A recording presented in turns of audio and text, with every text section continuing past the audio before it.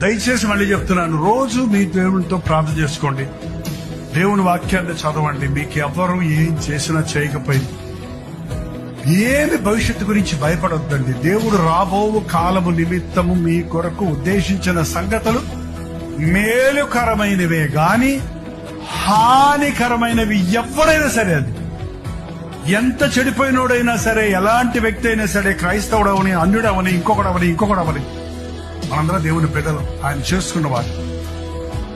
నువ్వు ఎరగక ముందే నిన్ను ప్రేమించిన ప్రభువు నీకు కొరకు కలిగిన తలంపులు గొప్పవే.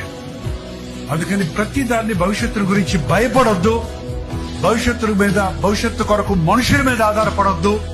నాకు డిగ్రీలుంటే బతికిపోతాను, నాకు డబ్బులుంటే బతికిపోతాను, నాకు ఇల్లు ఉంటే క్షేమంగా ఉంటాను, నాకు ఇతర దేశంకి వెళ్ళి సెటిల్ అయిపోతే నాకు ఇంకెవడు తొంట ఉండదు అనే ఆలోచనలతో మనుషులు నిండిపోతాడు. చూసారా, ఇవన్నీ నిజం కాదు. కావాలంటే వాళ్ళందరూ అడిగి చూడండి, అవన్నీ నిజం కాదు. నాకు క్రీస్తుంటే నేను బతికిపోతాను.